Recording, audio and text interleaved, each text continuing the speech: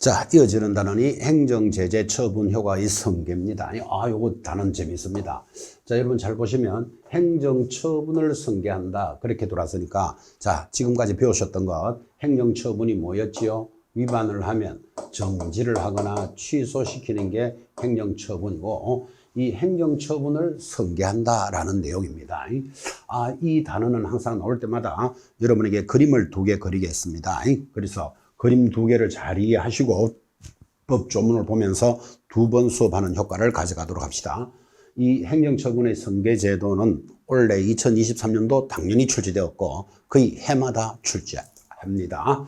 자, 지금 제가 그림을 그리는데 여러분들은 따라 그리지 말고 그림을 한번 잘 보시기 바랍니다. 자, 행정처분의 성계라는 제도는 이런 제도입니다. 자, A라는 이제 개공이 중개업무를 합니다. 뭐 어디 산다고 할까요? 강남에 산다고 칠까요? 자, 강남에서 중개업을 하고 있는데 한번 1월 달에 업무 정지를 받았습니다. 왜 받았을까요? 위반을 했으니까 정지받았죠. 자, 그때 업무 정지는 6월 이하의 정지라 그랬잖아. 그죠? 그래, 이 사람은 3개월 받았다고 칩시다.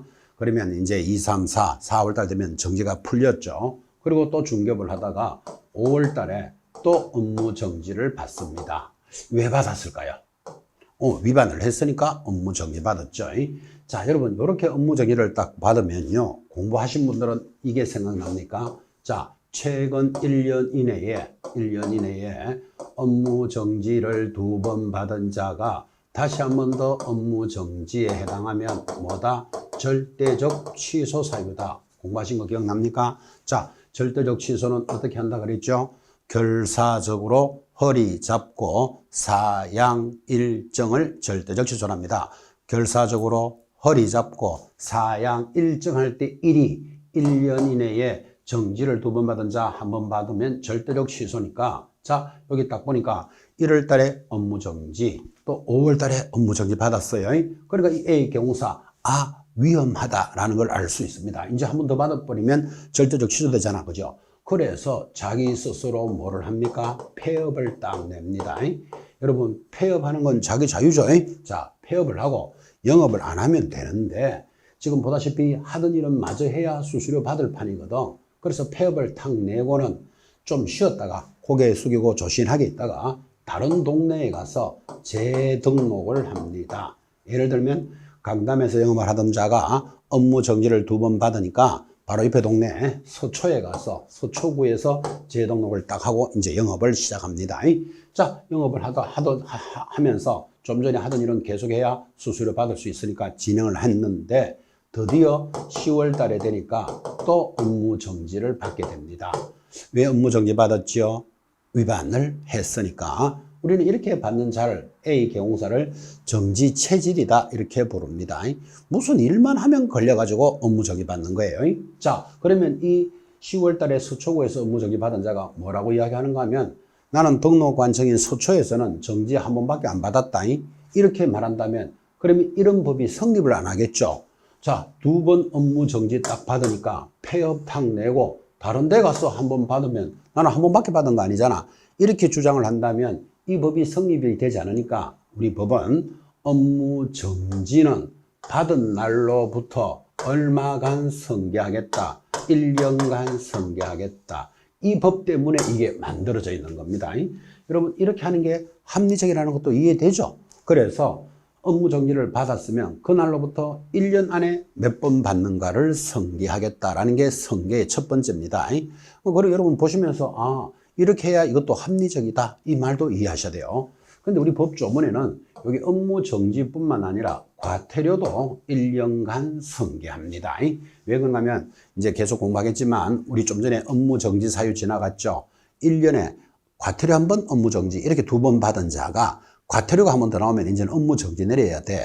그러니까 과태료도 받은 날로부터 몇 번 받는가를 봐야 되겠다 이런 뜻이에요. 자, 그럼 그림 보고 대답합니까? 업무 정지와 과태료는 처분 받은 날로부터 얼마간 성계한다? 1년간 성계합니다. 요거 가끔 시험에서 그죠?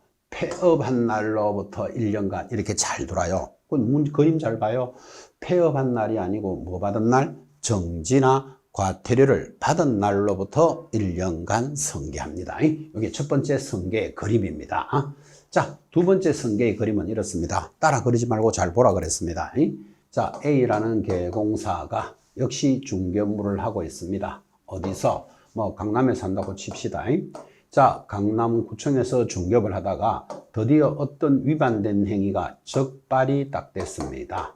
예를 들어서 아까 양도대여 하면 절대적 취소된다 이런 거 들으셨죠? 자, 그런데 양도대여 하다가 적발됐어. 적발이 딱 되면 뭐가 나오겠습니까? 취소가 나오겠죠. 그죠?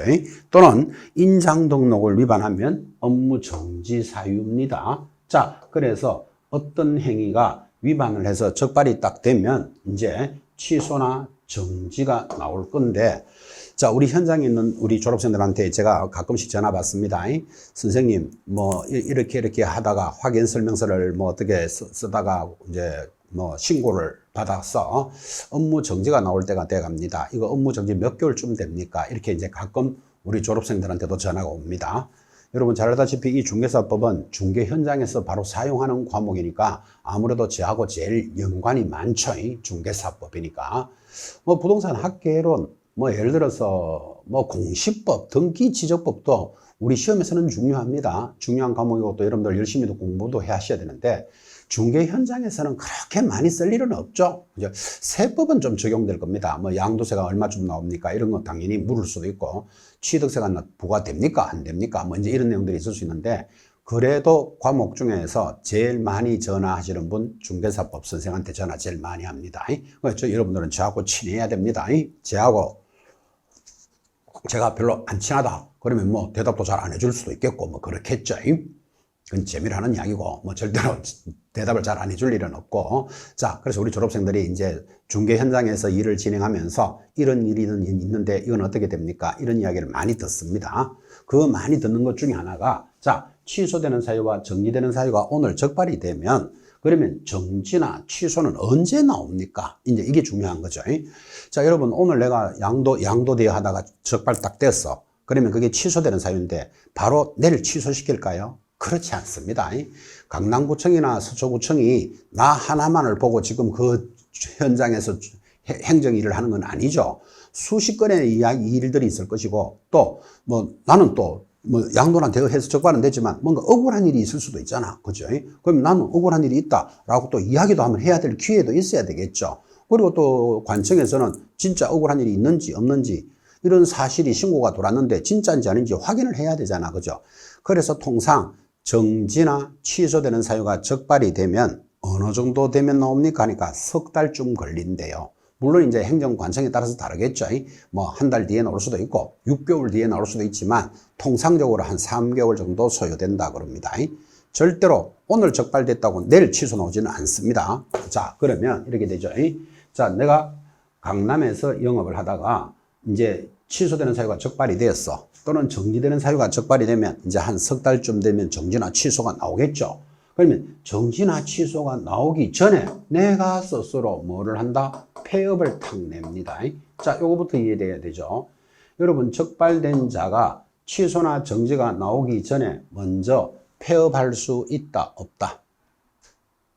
폐업할 수 있습니다. 폐업하는 건 내 자유죠. 당신은 취소되고 정지되고 난 뒤에 폐업하세요. 이런 일은 없잖아. 그죠? 그래서 폐업을 탁 하는데, 이거 왜 폐업했죠? 위반된 사실을 안 받으려고 자기가 폐업을 탁 하는 거예요. 자, 그리고 폐업을 하고, 영원히 중개업을 안 하면 전혀 관계가 없는데, 자, 하던 일은 마저 해야 수수료 받을 수 있다 그랬잖아. 그죠? 그래서 조신하게 폐업해놓고 조금 고개 숙이고 있다가 옆에 동네, 어느 동네죠? 서초에 딱 가가지고 재등록을 딱 합니다. 그래서 재등록을 하고 하던 일은 해야 수수료 받을 판이니까. 자, 그럼 재등록을 하고 이 하던 일을 계속하게 해준다면 여러분 보다시피 취소나 정지 받을 놈 한 놈도 없겠죠. 왜? 적발이 딱 되면 뭐 한다? 내가 폐업 내버리고 고개 좀 숙이고 있다가 옆에 동네 공인중개사의 업무 지역은 전국이죠. 그러니까 강남에서 폐업 내고 수원 가서 다시 등록해도 되잖아. 수원 가서도 서울 일은 할 수 있으니까 업무 지역이 전국이니까. 자, 그래서 다시 서초에 가서 재등록을 하고 일한다면 이런 법이 취소나 정지라는 게 성립을 못 한다니까요. 그래서 법을 만들었어요. 재등록이 딱 들어오면 폐업 전에 위반 사실을 뭐 한다? 성계한다. 이게 행정처분의 성계예요. 자, 그럼 성계라는 말은 이런 뜻이겠죠. 당신 폐업하기 전에 취소될 일이 있었지요? 취소시키겠다. 그 다음에 정지될 일이 있었지요? 정지를 하겠다. 우리는 이것을 행정처분을 성계한다라는 단언입니다. 당연한 거죠, 여러분. 이렇게 해야 합리적이라는 것도 이해되죠. 자, 그래서 적발된 자가 폐업하는 것은 자유지만 다시 재등록이 들어오면 폐업 전에 위반 사실을 뭐 한다? 성계하도록 되어 있습니다. 자, 그럼 이제 성계에 대한 그림이 두 개고, 이제 이 그림 다 이해되죠? 꾸준히 그림을 가지고 이제 앞으로 수업을 많이 하게 될 건데, 더 시험에 잘 나오는 게, 자, 그럼 성계를 하는데 취소는 3년이 지나면 안 해요. 왜 안 하는가 하면, 자, 폐업 내고 이 사람이 3년이 지났다. 그러면 한번 취소되더라도 중개사법은 3년이 지나면 영업을 할 수 있으니까 3년 동안 영업 안 했다라는 뜻은 취소되는 효과와 같잖아요. 그래서 취소는 3년이 지나면 안 하고, 자, 정지는 지금까지 계속 들었지만 6월 이하의 업무 정지죠. 그래서 이 사람이 폐업을 내고 나가는 기간이 6개월이 지났다. 그럼 6개월 동안 일 안 했으면 업무 정지 받은 효과와 같잖아, 사실은. 그죠? 그런데 요거는 괘씸죄를 좀 붙여서 정지는 1년이 지나면 성계하지 않습니다. 자, 그래서 여러분 보고 계시는 이 단원이 기본적으로 성계를 하되 요것은 개공사를 도와주는 제도죠. 요건 이제 반대로 잘 낸다고. 자, 취소는 몇 년이 지나면 안 하고 3년이 지나면 안 하고 정지는 1년이 지나면 성계하지 않습니다. 자, 여러분 웃돌이 잠깐 벗고 하겠습니다. 보기보다 덥네요. 보기보다 좀 더웠습니다. 자, 그래서 그림 두 개 이해됐습니까? 자, 그럼 이 그림 두 개를 가지고 지금 이제 내용을 한번 봅시다. 그림을 이해한 상태에서 보시면 두 번 수업하는 거잖아. 그죠? 자, 개공사의 지위의 성계, 개공사가 폐업 신고를 하고 폐업했답니다. 다시 개설 등록을 한 때는, 다시 개설 등록을 우리는 재등록이라고 합니다. 재등록을 한 때는 폐업 신고 전에, 여기 보이죠? 폐업 신고 전의 위반 행위를 성계한다. 이게 기본 조문, 그죠? 그럼 성계한다는데 시험에 들어올 때 성계하지 않는다 이러면 X잖아 지금, 그죠? 성계한다. 그 다음 이런 행정처분 효과의 성계로서 폐업 신고 전의 개공사에 대해서 이번에 첫 번째 그림이죠. 업무 정지나 과태료는 여기 있죠. 업무 정지나 과태료는 위반 행위를 사유로 행한 행정처분의 효과는 처분한 날로부터 1년간, 여기 보이시죠? 처분받은 날로부터 얼마간? 1년간 성계합니다. 이 그림 그대로고, 이거를 뭐라고 잘 나온다 그랬죠? 폐업한 날로부터 1년 하면 틀려요. 처분받은 날로부터 1년간 성계합니다. 자, 내려가면서 한번 위반 행위의 성계입니다. 자, 재등록 개공사에 대해서 폐업 신고 전에 여기 보이시죠? 등록 취소나 업무 정지에 대한 행정처분을 할 수 있는데, 자, 그때 처분을 함에 있어서는 폐업 기간과 폐업 사유 등을 고려하여야 합니다. 그래서 고려하여야 한다. 이것도 시험에서 중요한 거. 이렇게 기본적으로 성계를 하는데, 여러분 취소는 얼마? 3년이 지나면 성계하지 않는다 그랬잖아요. 그런데 이 A라는 개공사가 자, 이제 적발이 되니까 폐업하고 3년이 지나서 돌았으면 아무 문제가 없을 건데 2년 11개월, 2년 11개월, 20일 만에 왔다고 칩시다. 그죠? 자, 그러면 이 사람 3년 되려면 이제 열흘만 지나면 3년 지나가잖아요. 2년 11개월 20일. 그렇죠? 자, 그럼 10일만 있으면 지나가는데, 그러면 예를 들어서 재등록이 딱 들어오니까 폐업 전에 위반 행위를 성계해서 당신은 10일 동안은 못 들어와요. 다시 나가시오. 취소시키고 10일 뒤에 다시 등록하세요. 좀 뭔가 좀 그렇지 않나요? 2년 11개월이 넘었는데 열흘 때문에 다시 돌려주고 10일 뒤에 다시 나온다. 이건 뭔가 좀 모양이 안 맞잖아. 그죠? 그래서 우리 법에 어떻게 되어 있는가 하면 그 폐업했던 기간과 사유를 고려하여야 한다. 그럼 하여야 한다라는 말은 한 10일 정도 되는 것 같으면 그냥 받아주고 그대로 일을 하도록 해주는 게 합리적이라는 것도 동의하시겠죠. 그래서 법에는 고려하여야 한다라고 되어 있습니다. 아, 요거 아프게 고려할 수 있다. 그러면 틀려요. 왜 그런가 하면 여러분 알다시피 고려를 해주라 이 말은 저 개공사에게 도움이 되도록 해주라 이 말이잖아. 이게 적은 거죠. 근데 이거를 고려할 수 있다. 이렇게 들어가면 고려해도 되고 안 해도 되잖아. 그죠? 그래서 하여야 한다라는 유리한 조문을 여러분이 불리하게 만들면 안 됩니다. 이런 것들은 이제 훈련을 안 하면 못 맞추습니다. 고려하여야 한다가 아니고 뭐다? 고려하여야지 할 수 있다 하면 틀린다. 요거 조심하시고. 그 다음에 이제 그림의 내용이죠. 폐업신고한 날로부터 다시 개설 등록한 날. 다시 개설 등록이 재등록이잖아. 그죠? 한 날까지 기간이 폐업을 포함하여 3년을 초과했다면 굳이 등록 취소를 선고할 필요는 없다. 지금 요 그림 그린 겁니다. 자, 이번에는 폐업 신고 전의 업무 정지는 얼마? 1년이 초과되면 굳이 선고할 필요는 없다. 동의하시겠습니까? 자, 요 그림의 두 가지 모습이고 법조문도 다시 확인하셨습니다. 굉장히 시험에 잘 나옵니다. 그리고 이제 앞으로 수업할 때마다 행정처분의 성계 이야기도 많이 할 거고, 뭐 여러분도 어느 정도 들으시면서 아무리 입문과정이고 왕초보들이라고 하더라도 이 정도는 이해되죠?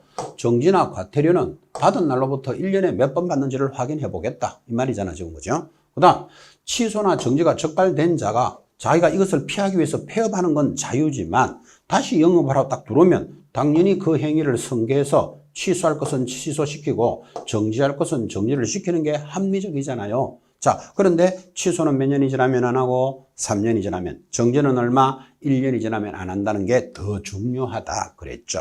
그래서 이 조문 아주 중요한 단원입니다. 여유가 있으신 분은 이제 기본서도 나오고 하거든. 이 단어는 당연히 들어오겠죠. 그 들어올 때 그 기본서의 그림은 없지만 여러분들이 이 법 조문을 보고 이렇게 그림을 그릴 수 있으면 뭐 거의 한 문제 무조건 맞춘 겁니다. 그런데 사실은요, 한 문제를 맞췄다. 이 말은 합격하는 거하고 같답니다. 합격의 당락이 여러 문제로 결정되지 않습니다. 딱 하나로 결정됩니다. 뭐 조금 말이 좀 옆으로 가는 것 같지만 그래도 입문 과정이니까. 여러분, 우리 수업이 이렇잖아요.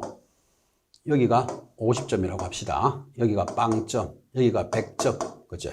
자, 그러면 수험생들이 성적을 보면 지금까지 문제를 얼마나 어렵게 출제했는지 수험생들이 전부 빵점 아니면 3, 40점에 가 있다. 그래프가 이렇게 나오면 이거 아주 잘못됐는 거죠. 문제를 얼마나 어렵게 내가지고 50점 이상이 없어. 전부 다 3, 40점이래. 그러면 이걸 변별력이 없다. 이렇게 말합니다. 공부를 해놓은 사람이나 안 해놓은 사람이나 표가 안 나잖아요. 지금. 그죠? 어떤 출제 이유는요, 문제를 얼마나 쉽게 내는지 시험 친 사람 전부 60점, 70점, 80점, 100점까지 여기 곡선이 여기 다 있어. 문제 쳤다, 시험 쳤다 하면 6, 78, 90점이 나가 있다. 이것도 여러분 변별력이 없죠. 왜? 공부 하나 안 하나 얼마나 쉽게 내가지고 웬만하면 6, 7, 80점 다 받는다. 곡선이. 그죠? 웃기는 이야기잖아. 그죠? 그래서 모든 평가에는 표준 분포 곡선이라는 말을 여러분 들으셨을 겁니다. 그래서 뭐 초등학교 시험이든 대학교 시험이든 자격 시험이든 표준 분포 곡선은 이렇게 딱 떨어져야 돼. 그럼 이렇게 딱 떨어져야지, 일단은 공부를 안 한 사람도 풀 수 있는 정도가 30%. 요거는 공부를 해야만 풀 수 있는 문제 한 30%.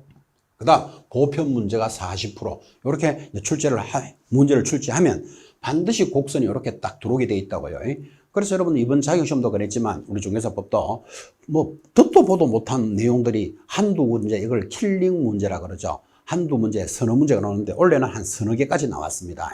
그럼 서너 개, 예를 들어서 킬링 문제니까 4개 다 틀렸다 하더라도 다른 거 다 맞으면 90점이잖아요. 근데 90점 시험 치면 다 맞을 수는 없을 거니까 또 한 4개 실수해도 한 80점만 나오잖아. 그죠? 그러면 우리 중개사법은 80점을 받아서 다른 과목의 점수를 보탭시다. 이렇게 출발하니까 기본적으로 나오는 문제만 정확히 잡으면 이런 어려운 문제 안 맞춰도 전혀 관계없죠. 특히 우리는 합격점이 몇 점이다? 60점이면 무조건 합격이니까 60점 이상만 가면 되는 거잖아. 그죠? 그럼 60점 이상만 가면 된다. 이 말은 40점은 틀려도 된다. 이 말하고도 같은 말이에요. 근데 이거 수험생들 이해 잘 안 됩니다. 공부를 해보면 우리끼리 버릴 문제가 있다. 킬링 문제겠죠. 이런 거는 기쁘게 공부해봤자 나올 똥 말똥. 또 만약에 나오면 찍으면 되는데 이 문제를 굳이 해결하려고 막 파고듭니다. 파고드니까 어렵죠. 헷갈리죠. 그러니까 또 다른 공부를 못해. 이것 때문에. 이렇게 해서 배운 내용, 교재 내용을 전부 다 흡수하려고 출발하는 학생들 합격률이 떨어집니다. 그러니까 이거 나오면 찍는다. 이렇게 탁탁탁 던지는 문제도 있어야 된다고. 이제 우리말로 버리는 문제죠. 근데 이제 수험생 입장에서 버리기가 쉽지 않죠. 뭐 이것도 나올 것 같고 저것도 나올 것 같으니까. 그래서 수험생들은 그런 내용을 잘 파악 못하니까 수업을 듣는 거예요. 그러면 선생님들은 제가 30년 이 수업을 진행했다 그러잖아. 그죠? 느낌도 온다니까요. 이거 지금 한번 올 때 돼 간다. 요거 올 때 돼 간다. 이런 것도 보인다니까요. 그래서 수업을 하면서 강조하는 거, 별표 2개 하세요. 암기하세요. 이런 게 나온다니까요. 그럼 선생님들이 강조하는 그런 수업들만 충실하게 들어서 그 문제들만 놓치지 않으면 80점은 간다 이 말이에요. 그죠? 물론 뭐 한두 문제 또 아는 것도 실수할 수도 있겠지만, 자, 그래서 표준분포곡선이 이렇게 들어오려면 쉬운 문제 30%, 어려운 문제 30%, 보편적인 문제가 40%가 나와야 된다. 지금 그 이야기를 하려고 하는 거예요. 자, 그래서 이렇게 보편적인 문제가 나오는데 지금 수험생들이 시험을 끝나고 나면 결과가 점수가 전부 어디 있는가 하면 60점 근처에 바글바글 합니다. 한두 문제 더 맞아서 합격이고 한 문제 때문에 불합격입니다. 예를 들어서 100점으로 합격하는 학생 거의 없습니다. 왜? 어른들이 지금 이거 자격시험에 60점 이상 합격인 점수를 100점 받아야 될 이유 전혀 없잖아. 100점 받는다고 자격증 2장 주는 것도 아니고. 그래서 100점 받아서 합격하는 사람 없죠. 그리고 빵점 받아서 틀리는 사람도 없어요. 왜 그러냐면 내가 점수를 공부해보니까 모의고사 칠 때마다 20, 30점 나온다. 그럼 자기가 스스로 시험 치러 안 갑니다. 아무리 공부를 해도 20점, 30점 나오는 사람이 뭐 안 가면 보라면 안 된다는 건 너무나 잘한다니까요. 그래서 시험 공부를 해서 시험을 쳤다는 사람들은 점수가 전부 어디에 모여 있다? 60점에 다 모여가지고 하나, 두 개 더 맞고 하나, 두 개 틀리는 것 때문에 1년 고생 더 하고 합니다. 그래서 지금 계속 이야기하는 이야기, 한 문제가 당락을 좌우합니다. 이런 말을 하는 거예요. 그래서 여러분들은 당연히 점수를 많이 고득점 많이 하고 많이 우수한 성적으로 합격하는 게 희망사항이긴 하지만 우리는 어떻게 60점만 넘으면 되잖아. 평균 60점, 그죠? 60점 조금 불안하니까 한 62점 받아야 된다. 평균. 요 정도로만 생각하셔도 된다고. 그죠? 한두 개 뭐 실수할 수도 있으니까. 그러면 62점을 받으려면 거꾸로 38점은 틀려도 된다는 말이 되잖아. 38점은 버려도 된다는 말이 되잖아, 이게. 그죠? 그래서 이제 왕초보인 여러분들은 이 문제가 버려야 되는 건지 해야 되는 건지를 구분하기가 쉽지 않죠. 그러니까 이 수업을 듣는 겁니다. 이 수업을 충실히 듣다 보면 중요하다더라, 요거는 뭐 암기하라더라, 요거는 암기표를 준다더라, 뭐 이제 이런 내용들이 잔잔하게 여러분들 깔려가지고 이제 평균 60점 이상 받아서 대망의 공인중개사 자격증을 취득하기 바랍니다. 지금 무슨 이야기 하려고 이래 말이 길게 갔는가 하면 합격의 당락은 한두 문제로 결정된다. 지금 그 이야기 하는 겁니다. 그럼 한두 문제로 결정되는데 이 행정처분의 성계 그림 두 가지는 반드시 출제되니까 반드시 요거 이해하신 분들은 합격한다 이 말이에요.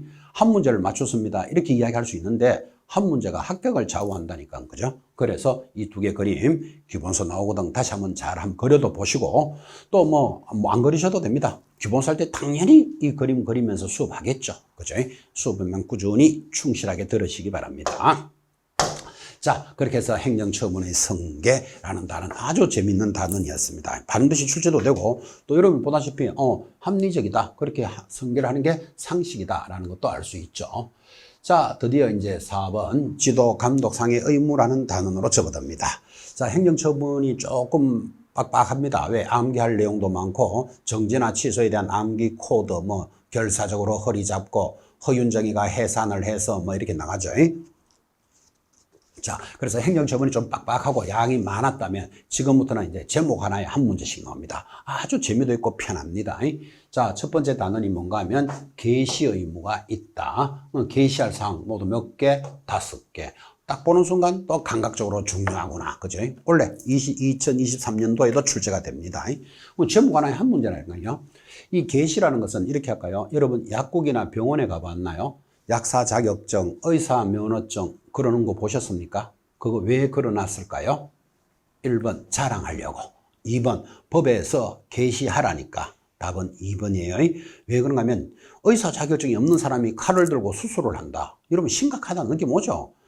약사 자격증이 없는 사람이 약을 지어주는데 감기약에다가 농약, 쥐약 섞으면 끝내주겠다는 거 아시죠? 그렇게 못하도록 전문 자격증이 있는 것을 걸어놓고 영업을 하라. 그죠? 그게 법에 따라서 게시하는 거예요. 자, 그러면 공인중개사도 중개사무소에 게시해야 될 것이 있는데 그게 모두 몇 개? 5개예요. 5개니까 또 하나 싹 바꾸고 문제 들어온다 이 말이에요. 그래서 게시할 사항. 자, 개공사가 당해 사무소의 보기 쉬운 곳에 게시할 사항은 다음과 같다. 자, 등록증, 연본 걸어놓고 영업합니다. 우리말로 하면 영업 허가증이죠. 그 다음에 중개보수표, 보수와 실비니까 보수표 걸어놓습니다. 중개수수료표.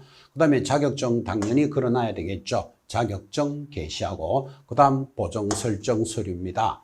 여러분, 뭐 식당에도 가면 있죠. 삼성화재 3억에 가입되어 있습니다. 뭐 이런 거. 식당도 그렇잖아요. 식당 영업을 하다가 뭐 뜨거운 국물을 손님에게 뭐 쏟았다. 그러면 손님이 치료를 받게 되겠죠. 그런 것에 대해서 보험에 가입되어 있다. 이런 뜻이겠죠. 그래서 우리 업소는 3억 원에 뭐 삼성화재 뭐에 가입되어 있습니다. 이런 거 걸려 있는 거 많이 볼 겁니다. 뭐 중개사무소도 마찬가지. 중개를 하다가 고객에게 손해를 입힐 수 있으니까 자, 그 손해를 책임지기 위해서 보증보험 등에 가입을 하겠다는 서류, 보증보험 가입 서류인데 자, 법인은 통상 4억을 가입합니다. 그 다음에 개공사들은 2억을 가입하는데 뭐 금액은 천천히 알고 보증서류 게시해야 됩니다. 그리고 사업자 등록증 원본도 게시합니다. 그러니까 게시하는 게 모두 몇 개? 5개. 5개니까 문제 내기도 좋다. 여기에 뭐 실무, 교육, 이수증, 이제 틀린 답이 들어오겠죠. 협회 가입증, 뭐 이런 거 막 들어옵니다. 자, 그래서 앞으로 게시사항은 이렇게 암기합니다. 등수보자를 게시합니다. 등수보자 하면 게시한다. 좀 더 이렇게 기억할까요? 여러분들이 이제 나중에 한 6, 7, 8월 시험에 다가오시면요. 모의고사 등을 치게 됩니다. 자, 모의고사 등 응시하면 점수가 나오겠죠. 점수가 나오면 학원에서 자, 뭐 대략 몇 점이고 전체 평균은 몇 점, 최고 점수는 누굽니다. 이렇게 사무실에 게시해 줍니다. 게시해야 내가 지금 공부하고 있는 게 어느 정도 따라가는지를 이해할 수 있죠. 그래서 등수보자 하면 게시하는구나. 이렇게 기억하시기 바랍니다. 이렇게 또 모의고사 성적을 게시한다 그러니까 어떤 분은 아이고 쪽팔리게 나는 시험 안 쳐야 되겠다. 그럴 필요 없죠. 자기 이런 것들은 다 가려줍니다. 상식적인 이야기죠. 그죠? 자기만 점수 볼 수 있도록, 알아볼 수 있도록 그렇게 게시를 하니까 그런 거 기죽지 마시고, 모의고사도 많이 응시하셔서 내가 지금 공부를 하고 있는데 어느 정도 위치까지 있는지 스스로 가늠해보는 것도 중요하죠. 자, 지금 뭐 하려고 했다? 게시하는 게 무엇입니까? 하면 등수를 보자 하면 게시한다. 요거 기억합니다. 등수보자 게시사항. 이거 위반하면 얼마짜리? 100만 원짜리 과태료입니다. 자, 100만 원짜리 과태료인데 이제 100만 원짜리 과태료가 금액이 제일 작은 거잖아. 그죠? 그래서 이제 이거 7개가 있는데 시험에 잘 들어요. 그래서 이제 앞으로 100만 원짜리는 이, 보, 개, 문, 표, 반납, 휴 이렇게 노래를 부를 거예요. 100만 원짜리 과태료가 모두 7개 뭐라고요? 이보개, 문표, 반납, 휴. 문표, 반납, 휴 이 말이죠. 문표 반납 안 하면 100만 원 과태료 받습니다. 이보개, 문표, 반납, 휴 할 때 이보개, 개가 뭘까요? 지금 하고 있는 게시 의무 위반이다. 이렇게 따라가겠죠. 그래서 100만 원짜리는 들어올 때마다 이 노래 제목 적어놓고 100만 원짜리는 한 번에 다 익혀나가도록 그렇게 관리합니다. 자, 이게 이제 게시 의무. 게시하는 게 뭐라고요? 등수를 보자 하면 게시한다. 등이 뭐다? 사업자 등록증, 그리고 영업소 등록증, 그리고 수수료표, 보증서류, 자격증은 게시하는 거다. 등수보자. 위반하면 100만 원짜리 과태료입니다.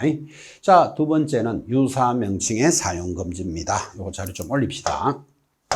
자, 유사명칭의 사용금지라는 말도 시험에 굉장히 잘 들어오는데 유사명칭이 뭔가 하면 공인중개사도 아닌 자가 공인중개사요 하는 걸 유사명칭이라고 합니다. 여러분 지금 밖에 나가보면 공인중개사 자격증이 없는 자가 나 공인중개사요 하는 경우 있다 없다?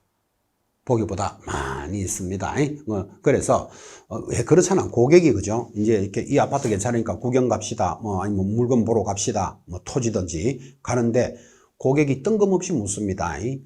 참 자격증 따셨나요? 자격증 따는 것도 어렵다던데 이러면요.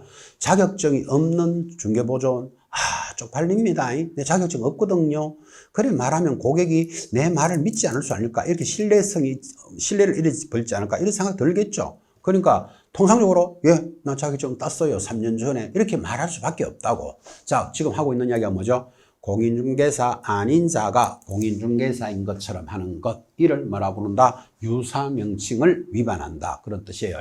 자, 공인중개사 아닌 자가 공인중개사나 이런 비슷한 용어를 사용하지 못하는데 이거 위반하다가 적발되면 얼마? 1년 이하의 징역 1,000만 원 벌금형입니다. 아주 시험에 잘 나옵니다. 그럼 공인중개사도 아니면서 공인중개사 하는 거는 이거는 당연히 위반이고, 어떤 사람 명함에다가 공인중개사 이래 적어 다닙니다. 그리고 이는 별도 말도 이렇게 딱 적어 놓고, 그래 나는 공인중개사라고는 하지 않았잖아, 공인중개사다 이랬다면, 이렇게 만약에 명함을 적었다면 여러분도 당연히 이 사람은 공인중개사일 거라고 보겠죠. 그래서 유사명칭이라는 것은 공인중개사 아닌 자가 공인중개사를 쓰는 것은 당연히 위반이고, 유사한 명칭도 제재를 하겠다는 뜻이죠. 그래서 제목이 유사명칭이고, 위반하면 1년 징역 1,000만 원 벌금인데, 이거 보기보다 시험에 굉장히 잘 나옵니다. 아주 단조로운 내용인데도 불구하고. 자, 그래서 여러분들은 아마 이 형벌을 좀 기억하려면, 자격증 합격하는 순간 나는 1년에 1,000만 원을 버는 거다, 이렇게 기억하시면 됩니다. 왜요? 합격하셨어. 이러면 합격하셨으면 나가서 나 공인중개사요 이래도 아무도 제재가 안 되잖아, 합격을 했으면. 그죠? 그런데 같이 공부하시다가 한 사람 합격 못했어요. 한 사람은 합격했고, 합격한 사람 나 공인중개사요 이래도 되는데, 합격도 안 한 사람이 나도 하다가 걸리면 1년에 1,000이다, 지금 이 말이에요. 그래서 형벌을 기억하기 위해서 여러분들은 시험에 합격하는 순간 1년에 1,000만 원 버는 거다, 이렇게 하면 형벌을 기억할 수 있을 겁니다. 합격하면 얼마 번다고요? 그냥 1,000만 원이 아니고 1년에 1,000만 원, 이렇게 해서 형벌을 기억합니다. 자, 이번에는 중개사무소 명칭의 금지입니다. 요거는 개공사 명칭을 금지한다, 이런 뜻인데, 무슨 뜻인가 하면 간판을 걸 때는 공인중개사 사무소 또는 부동산 중개 요 명칭만 사용해야 된다, 지금 이 말이에요. 이거 위반하면 역시 개공사 아닌 자가 하면 당연히 뭘로 간다? 1년 징역 1,000만 원 벌금에 해당됩니다. 자, 이런 법은 또 왜 만들었는가 하면요, 지금 간판을 이렇게 적어야 된다, 이렇게 적어야 된다를 정하지 않으니까 밖에 나가보면 무슨 컨설팅 사무소 하고 영업하는 자가 없나, 무슨 기획부동산, 개발부동산 이런 식으로 영업을 하는 거 많이 보셨을 거예요, 간판에. 자, 그러면 일반적으로 보면 저기 기획부동산, 부동산 컨설팅 사무소, 개발부동산, 그러면 저런 간판들을 가지고 있는 자가 정상적인 개공사인지 자격증이 없는 무자격자인지를 우리가 알 수가 없잖아, 지금. 그죠? 그래서 안 되겠다. 정상적인 사람은 간판을 이렇게 써야 된다. 공인중개사 사무소 또는 부동산 중개. 그럼 예를 들면 미래 공인중개사 사무소 이렇게 사용하라, 이 말이겠죠. 또는 나는 이게 마음에 안 든다, 그러면 뭐 행복 부동산 중개 이렇게 사용하라, 지금 이 문제죠. 만약에 이렇게 하라 그랬는데 여기다가 뭐 미래 공인중개사 개발사무소 이러면 위반하는 거지. 부동산 중개 기획 중개 이러면 위반하는 거겠죠. 그래서 개공사도 아닌 자가 이렇게 간판을 걸면 개공사인 것처럼 보이니까 얼마로 간다? 1년에 1,000만 원인데 개공사가 이렇게 위반을 해. 그러면 제재가 달라지죠. 그래서 1번 개공사는 사무소 명칭에 지금 말했죠, 공인중개사 사무소 또는 부동산 중개라는 문자를 사용해야 되는데, 옥외 광고물 중 벽면의 이용 간판 그리고 돌출 간판 또 개공사의 성명을 표기하되 이때 외부에서 인식할 수 있는 정도의 크기여야 되고, 만약에 개공사는 위반하면 100만 원짜리 과태료와 함께 대집행을 한다는 말은 위반했으니까 강제로 간판을 철거하겠다, 간판 철거를 대신 집행한다, 대집행이라고 이야기합니다. 자, 그렇게 해서 명칭의 의무.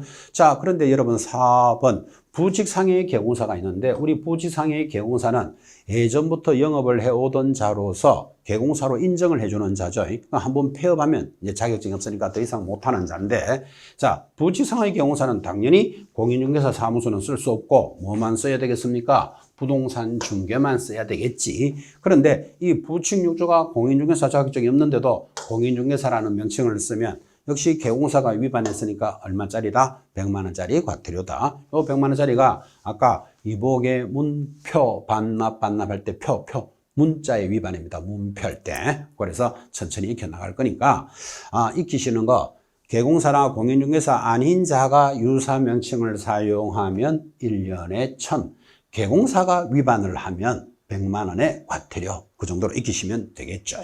자, 이제는 표시 광고라는 제목으로 접어듭니다. 상단. 자, 5번. 이번에는 중개대상물의 표시 광고. 그래서 이복에 문표 반납할 때 표가 돌았고, 표시 광고는 영업을 할 때 허위 광고를 하지 마라, 그런 뜻이에요. 자, 1번. 개공사가 의뢰받은 물건에 대해서 표시 광고를 하고자 할 때는 개공사에 관한 사항으로서 중개사무소 명칭, 즉 미래공인중개사 이렇게 적어놓고 광고하라 이 말이에요. 그리고 소재지 찾아올 수 있도록 해줘야 되니까 강남 예를 들어서 서초동 17번지에 있는 연락처, 전화번호 적고 등록받았다는 거 확인해야 되니까 등록번호 그리고 개공사의 성명 5가지를 표시해놓고 광고해라.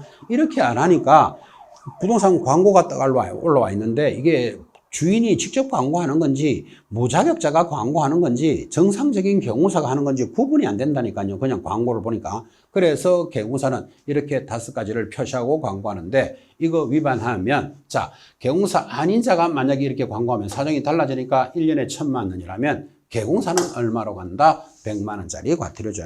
그래서 여러분 이렇게 표시 광고를 이런 걸 보시면서 뭐를 느끼시는가 하면 개공사 아닌 자가 저렇게 광고하면 이건 사정이 달라져요.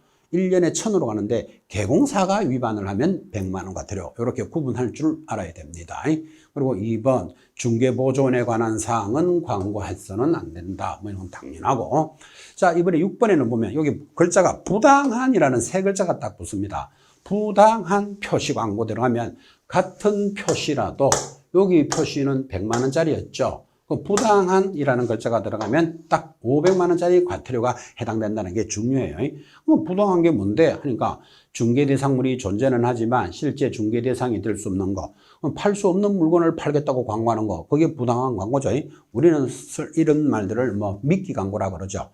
여러분, 만약에 20억짜리 상가가 있는데 이거를 부동산 광고란에다가 급매물 15억 이렇게 광고를 탁 하면요.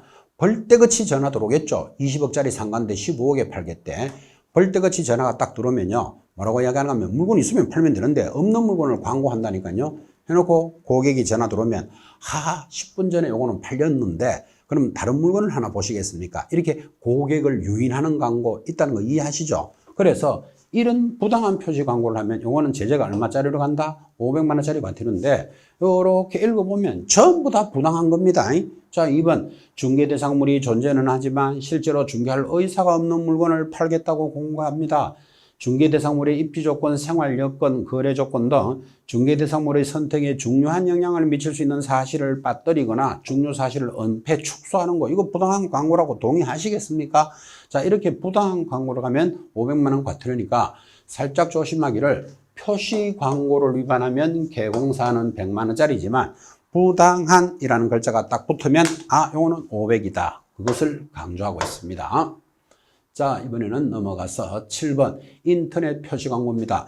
요즘은 여러분 사람들 비대면 이런 말 많이 들어보셨죠? 그래서 직접 사람들을 보면서 광고하지 않고 인터넷상에서 광고가 많이 일어나는데 이 비대면을 하니까 가짜 광고를 너무나 많이 써. 그래서 이제 인터넷으로 광고할 때는 추가로 이렇게 해야 된다. 그래서 인터넷 광고한 것이 네이버, 직방, 한방 이런 데서 딱 올라오면 그 물건이 진짜인지 가짜인지를 누가 국토장관이 모니터링 하겠다라는 제도입니다. 그래서 국토장관이 모니터링을 하는데 이거 가짜 광고인 것 같아. 그러면 그 자료를 제출해 보시오 하는데 자료 제출 못하면 얼마짜리로 간다? 500만 원짜리 과태료다. 그런 뜻이에요. 그래서 내용 읽어보면 자, 인터넷 표시 광고에 대해서는 누가 모니터링한다? 국토장관이 모니터링할 수 있고 이런 자료 등을 제출하지 않거나 가짜로 제출하는 자는 얼마짜리다? 500만 원짜리 과태료. 그게 어려운 건 없죠.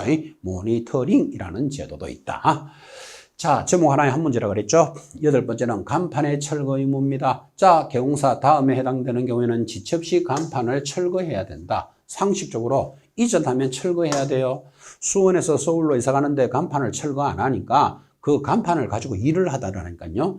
또 폐업했으면 간판 내려야 되는데 간판을 안 내리니까 무자격자가 그 간판을 들고 영업하더라고. 그래서 폐업하면 철거해라. 등록 취소받으면 철거해라. 동의하시겠습니까? 자, 그래서 취소하면 더 이상 영업 못 하는데 시험에 자, 철거하지 않아도 되는 것 휴업 시. 자, 여러분 휴업했을 때 철거할 필요 있다 없다? 없다. 휴업 끝나면 해야 되니까. 또는 업무 정지 받았을 때 철거한다. X죠. 업무 정지 끝나면 다시 할 수 있는데 왜 취소합니까? 그래서 아주 뭐 가볍습니다. 철거하는 거 3가지. 자, 이번에는 교육으로 접어듭니다. 아, 우리나라 사람들 또 교육 좋아합니다. 그래서 우리 개공사 등에 대한 교육이 모두 3가지가 있고 시험에 빠진 적은 한 번도 없습니다. 자, 제일 중요한 것은 실무교육입니다. 아, 여러분 교육 제목부터 한번 여기 있네요. 1번 실무교육, 2번 연수교육, 그리고 한 칸 올려야 되겠다. 조금만 올립니다. 자, 3번째 뭐가 있다? 직무교육이라는 것도 있습니다. 아, 그러면 교육은 모두 3가지구나. 그죠? 그래서 1번부터 봅시다. 실무교육. 모든 교육은 누가 실시한다? 시도지사가. 모든 교육은 누가 실시한다? 시도지사가. 그리고 이런 사람들을 대상으로 하는데 여기 신청일 전 11년 내로 받아야 되니까 아, 모든 교육의 유효기간은 1년이다. 그렇게 기억을 합니다. 교육의 유효기간은 1년이니까 1년 안에는 다시 받을 필요 없다. 또 교육은 1년 전에 받아야 된다. 유효기간이 1년이니까. 그죠? 이거 1년 하나 기억하시면 되고. 지금 나오죠? 실무교육 안 받아도 되는 거. 폐업이나 고용신고일로부터 1년 내로는 다시 받을 필요는 없다. 교육의 목적 참고로 보시고 시간은 28에서 32시간. 이 교육 시간 무조건 시험에 나옵니다. 그래서 나중에 이제 여러분 암기표 하면서 막 따라갈 거예요. 자, 연수교육이 돌았습니다. 누가 한다? 시도지사가. 누구를 대상으로? 개공과 소공을 대상으로 실무교육하는데 시간은 얼마? 12에서 16시간. 시간은 암기합니다. 나중에. 하나 더 있다 그랬죠? 직무교육 봅시다. 올려서 봅니다. 자, 3번 직무교육도 있다. 직무교육. 그러니까 결국은 이제 교육 지금 제목만 기억해도 큰데 첫 번째가 뭐였죠? 실무교육. 두 번째는요, 연수교육. 세 번째는요, 지금 하고 있는 직무교육. 이 교육은 제목 3개가 중요합니다. 자, 직무교육은 누구를 대상으로 한다? 중개보조원을 대상으로 한다. 근데 모든 교육은 아까 시도지사가 시킨다 그랬잖아요. 그런데 요 직무교육은 등록 관청도 할 수 있는 게 시험 문제입니다. 왜 그런가 하면 교육 시간이 3, 4시간이니까 오전 수업하고 나면 끝나잖아요. 오전 수업하고 끝나는 걸 꼭 뭐 시도지사가 해야 될 필요는 없다. 그래서 여기는 등록관청인 시장, 군수, 구청장도 교육을 할 수 있습니다. 아, 그래서 직무교육은 누가 대상자다? 중개보조원. 그 정도 기억하시면 좋겠습니다. 자, 그리고 나머지 뭐 부동산 거래사고 예방교육도 실시할 수 있다. 뭐 이런 것들은 한번 읽으시면 되는데, 자, 우리나라 사람들 교육 좋아하시잖아, 그죠? 그래서 교육은 제목이 제일 중요합니다. 실무교육, 연수교육, 뭐 직무교육까지 진행을 합니다. 자, 이어지는 단원이 이제 협회편 이렇게 되겠네요. 챕터 7 중개회. 자, 10분 쉬었다가 계속 갑니다.